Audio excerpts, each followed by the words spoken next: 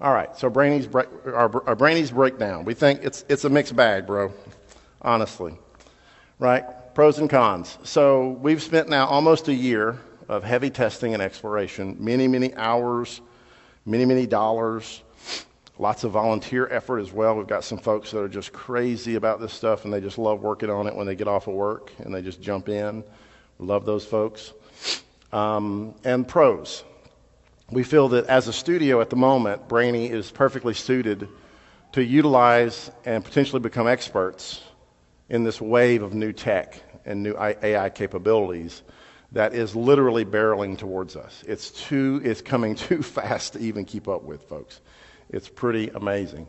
And we feel like we really understand, we've got a really good grasp on the foundations of the AI landscape as it relates to generative content visually in a consistent manner. Right? I know that's a mouthful, but you kind of have to have all of those, all those definitions in there to make sure that everybody understands what you're saying. We're not saying we're experts in the landscape. We're experts or becoming experts in a very tiny slice of a very large landscape. Right? And it just so happens that's what we're passionate about, is being very consistent from frame to frame, whether it's in animation or comics. Okay? The cons. Sadly, much of what we've learned, we feel, will soon become integrated into the norm. Right? We saw that, I was building these slides before Sora came out. Right? And then when Sora comes out, I'm like, oh, seriously, guys? You just totally scooped my presentation, right? So if you're not familiar, Sora is a new tool. It's not open yet for beta testing, but it is producing very high quality, very consistent AI right out of the prompt at a very like film quality level, right? So right out of the gate, they're doing what we've been doing for the last year. So we feel that while we've done a great job over the past year, we're probably now behind the curve. All right, way to go. But again, this is not necessarily a bad thing, because if we can go get Sora, and if we agree with if they have an ethical standpoint, right, and they have an ethical statement, then we can go, okay, great. Well, then we understand natively what they're doing. We can go grab Sora, and we can maybe begin leveraging that for our studio. So that's a bunch of maybes, but you see where we are. Another con. It is literally a constant race to keep up with what's new and emerging, especially in this space. I would say more so than most spaces, even in the technology space, more so than any technology that is out there. This is happening at a blistering pace that is not to be believed. We've got a Discord server, and every day a new tool is posted on our Discord server by our team. That they're out looking and they find something, or they hear about something, or somebody posts something on Twitter and they track it back, and it's a brand new tool that we haven't even discovered.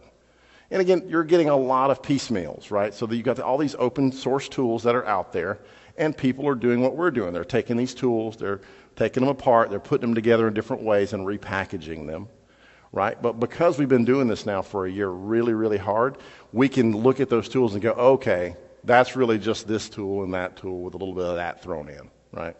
So we have to understand, though, that this race is kind of crazy. It's kind of like you're on the train and you can't ever get off. So you have to understand when you jump on it, be ready, right? You're gonna, if you want to hang on, you're going to be hanging on for a while. And I mean, ultimately, when you look at industry, this is exactly what R&D is, what we've been doing for the past year. I realized as I'm putting the slides together, I'm like, duh, this is just what those big companies out there do when they're spending hundreds of thousands or hundreds of millions of dollars in an R&D portion of their business, right? They're trying to keep up with what everybody's doing and hopefully beat them to the punch. So, all right, so the future. We feel ethical AI is here to stay. It's going to happen, right? It's already happening, as a matter of fact. It's going to become easier. It's going to become more mainstream. It's going to become more accurate. It's going to become more consistent. We're already seeing that with the tools that were just released last week. Adobe has already stated that they have an effort to move towards more ethical AI. It's on their website. When you get this briefing later, if you're part of the guild, there's a link there. You can go read it for yourself. Stable Diffusion, which is really at the heart and soul of about 98% of these tools that are open source, that everyone in the world is using, they've already said their next version is going to be ethical, right? What that means, however, remains to be seen. And if it aligns with what a Christian business says is ethical, right, there may be some differentials there. So we have to understand that as competent, intelligent, called business owners who are Christians, right, before we use these tools. And of course, the lawyers are coming, right? We know they're behind the curve, but they are coming. And that's going to change the landscape considerably when rulings start coming down, right? And they're hungry. Those lawyers, they don't get fed enough. So they're going to want to get some big settlements. So bear that in mind. All right, so now what? So thanks, Brandon. Appreciate it. What am I supposed to do now? You've just brought me in here and not giving me any hope.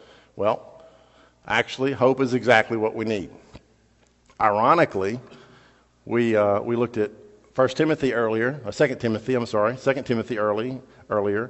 and we looked at verse 1, chapter 1, verse 7. Well, what does chapter 1, verse 6 say? Right? It says, "For this reason I remind you to fan the flame of God, fan the flame of the gift of God." So we began talking about stepping into this space because of fear, right? But I really feel that God is calling us to step into this space on faith, right? And make a difference in this space because we're Christians, because we're called to do things better. We're called to do things differently in a way that glorifies God. So in one verse, he gives us, like he always does, both the problem and the solution. Okay? So this is the way.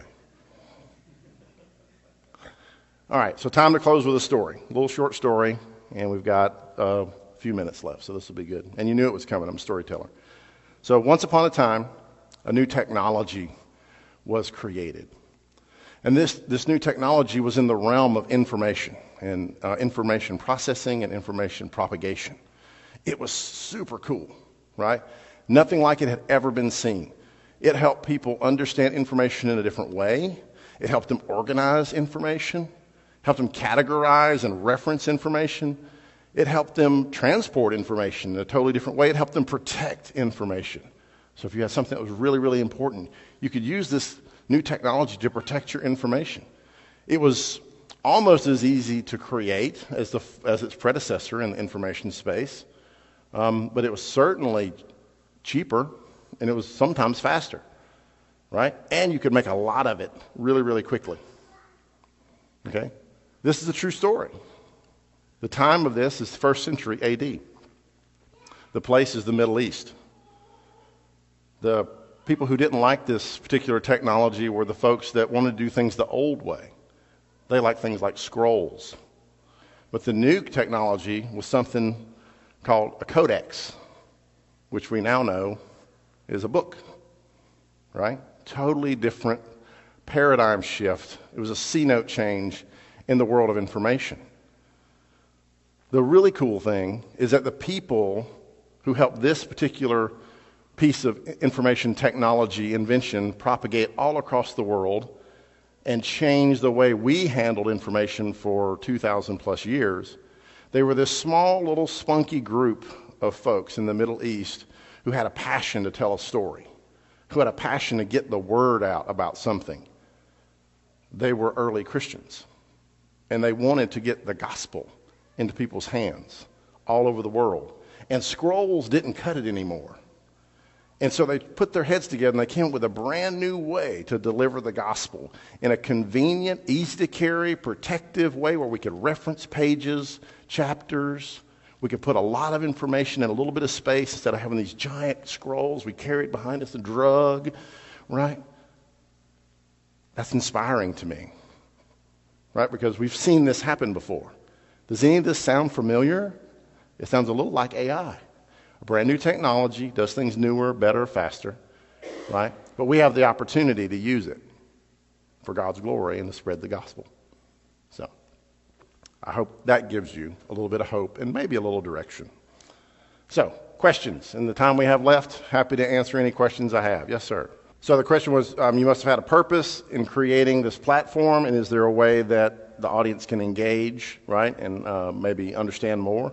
The answer, I would say, I think, is yes, right? Again, this is proprietary to our company right now, but we're primarily a service shop. About 80 to 85% of the work that Brainy Pixel does is service work for folks all over the world. And so we're more than happy to engage with you and have conversations and see where we might be able to leverage this technology in your application or applications. So yeah, we'd absolutely love to do that. And ultimately what we see is if we are able to develop something that is easier to use, that's completely ethical, that's faster and cheaper, then we'll release that tool, right? Maybe it's a for purchase thing, maybe it's a for free thing. We haven't prayed through that yet. But again, understand we're still in this kind of very early ideation process, right? This thing is big and clunky and it's not convenient to use, but we're seeing some pretty impressive results. So I would say, yeah, just see me afterwards. I'll be sure and give you my card. We'll be happy to help you however we can. Because again, it's about the body, right? We want everybody to be able to use these amazing tools to spread the gospel. So, other questions? Yes. Out of the mouths of babes, I believe Scripture says. So the question is when you're looking at something, is there a way to tell if it was generated by AI or not? Because in the future, it may be tough to tell. And yeah, that's absolutely a huge problem. That ties into that question of, is it ethical, right? One of the big things I think a lot of people are concerned about now, especially as we move into another year of, or another 4 years, right, of a presidential election, is how do you know if something's a deep fake, right? How do you know if the video that you're watching was made by AI and is really what this person is saying, or is it something someone wants them to say? So it would really, the answer is there's not an easy way. I would say just like Scripture teaches, right, is we understand Scripture and then we can tell when there's false Scripture, when there's false text. So go out and look at AI videos, right? Understand there are lots of little nuances, the fluttering that I was referring to earlier, where things kind of vacillate and they change. A lot of that is a giveaway. Sometimes when you're looking at an AI-generated images, AI will put like lines, or it will create structures that have no discernible meaning. So you may have a tree, for instance, and that tree has these strange little branches that really don't seem to make any sense, like they wouldn't need to be there. And that's just where the AI is trying to give you the impression that it knows what you want. And so oftentimes those are like tells. For instance, if you see text on books, AI doesn't do text very well yet. So a lot of times text, if you have text on books or posters, it will just be jumbled up garbage letters. There won't be any real letter at all or any real word at all. That's a giveaway. But I would say study the AI that's out there now, and then you can more readily identify that as not being real as opposed to being able to then go, okay, this was not generated with AI. But it's a very, very difficult question, and it will become more and more difficult, I'm afraid, as these tools continue to advance and get good at generating really high-quality images. So, yes, ma'am. So the question was, what tools or tool sets or skills should we try and develop, I'm assuming as Christians, in order to be competitive in the market? Is that against AI, or would you say just to keep up with AI? Okay. So I would say, first of all, play with it. I mean, it's free, so for the most part, most of these tools are free, so go out and understand them. One of the things that I'm personally very passionate about is if I have a tool, whether it's a hand tool or a power tool or a digital tool, I want to know as much as I can about that tool. I want to understand its in and its outs. I was one of the early adopters of Gmail, for instance, way back in the early aughts. And I have hundreds and hundreds and hundreds of thousands of emails in my system, and I can find any one of them in about 15 seconds. And it's because I've taken the time to teach myself the phrasing that Google uses for searches, the attributes and the switches. There are actually switches that you can use in Gmail, for instance, like if you're looking for something that has an attachment, you can say, show me the picture of, and do has : attachment. And that it will then filter out all your emails that don't have attachments, right? Also, labeling in Gmail, for instance, is really powerful. So all those are tips and tricks that are built into that tool that if you learn them, you begin to use the tool more efficiently. In the same way, AI operates with these same sorts of rules. So whatever your AI tool of choice is, learn it inside and out. Spend a lot of time reading through the documentation, looking at examples, listening to the types of queries or prompts that people use on AI.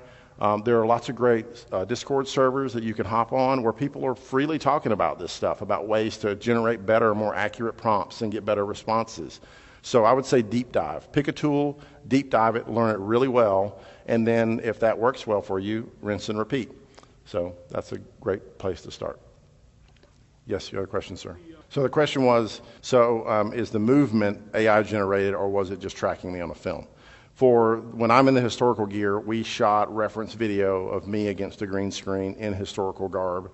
And so that's my exact movements. The AI, we didn't have it do anything with the movement. All we had the AI was change the way I looked and try and keep that consistent. Like the hat is consistent, the beard is consistent, the clothes, the bandolier, my hands. I don't sprout 7 fingers on each hand, which happens a lot in AI for some strange reason. So keeping the character consistent, but then also keeping the style consistent. You notice from beginning to end with the second example that I showed, it looked all like it was kind of this comic booky style, kind of very sketchy. So that stylistic consistency is also a really big problem that AI doesn't do well natively. And so those were our 2 things we were trying to tackle with that. We weren't as worried as much about creating the AI movement because we already had that as a reference. And you can use an image as an AI reference. You can use a video. As I said earlier, we use 3D models with a camera pass that we put into the model, right? So right now we're doing some work that I would love to talk about, but I can't, where we're actually taking a whole 3D generated model of essentially a panoramic shot of a world, and we're dressing it like you would a set with a specific style and a specific look based on concept art that we created a LoRa for, and then we're doing the reverse. So we're saying, okay, AI, understand this 3D space that we've now told you to dress and paint and set to look like this concept art, but then let's spin the camera 180 degrees and you tell us what's there, AI, right? That's a very interesting experiment.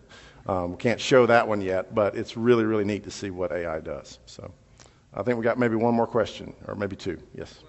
So I'll summarize for the film. This is my business partner, everybody, by the way. This is Michael Tonis. He's our CEO and our head of 3D animation.